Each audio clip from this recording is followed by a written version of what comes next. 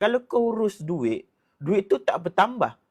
Kalau gaji kau 1,500, kau urus macam mana sekalipun, still 1,500. Kau faham tak guys?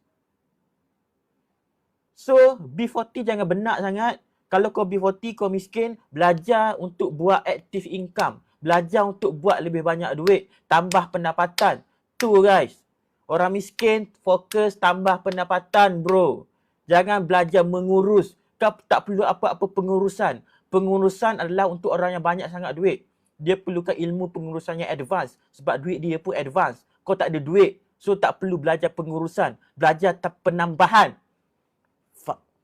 Faham guys? Tanya lagi soalan. Kalau kau gaji 2,000, jangan beli kereta 1,500 bulan. Dia tak perlu belajar. Jangan guna otak. Jangan gila. Jangan terencak sudah.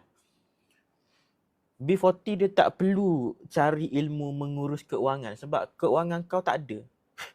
Nak urus keuangan, bodoh. Nak urus keuangan, kena ada keuangan dulu. Kena ada wang. Betul tak guys? Logik tak? Kau pernah nampak tak orang kepala botak duk belajar cara sikat rambut? Tak logik.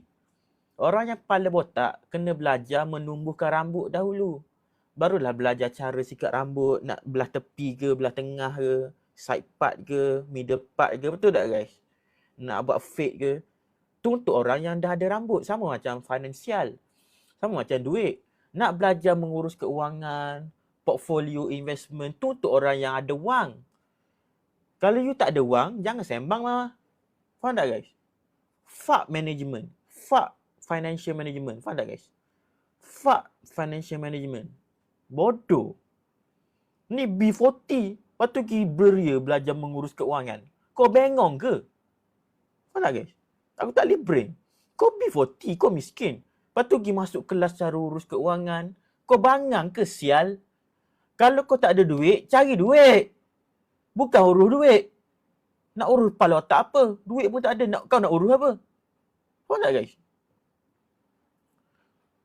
The first thing orang miskin kena buat adalah kena keluar dari kemiskinan. Bukan mengurus kemiskinan. Kalau kau urus duit, duit tu tak bertambah. Kalau gaji kau 1,500, kau urus macam mana sekalipun, still 1,500. Kau faham tak guys? So, B40 jangan benak sangat. Kalau kau B40, kau miskin, belajar untuk buat active income. Belajar untuk buat lebih banyak duit. Tambah pendapatan. Tu guys. Orang miskin, fokus tambah pendapatan bro. Jangan belajar mengurus. Kau tak perlu apa-apa pengurusan. Pengurusan adalah untuk orang yang banyak sangat duit. Dia perlukan ilmu pengurusan yang advance. Sebab duit dia pun advance. Kau tak ada duit. So tak perlu belajar pengurusan. Belajar penambahan. Faham guys? Tanya lagi soalan.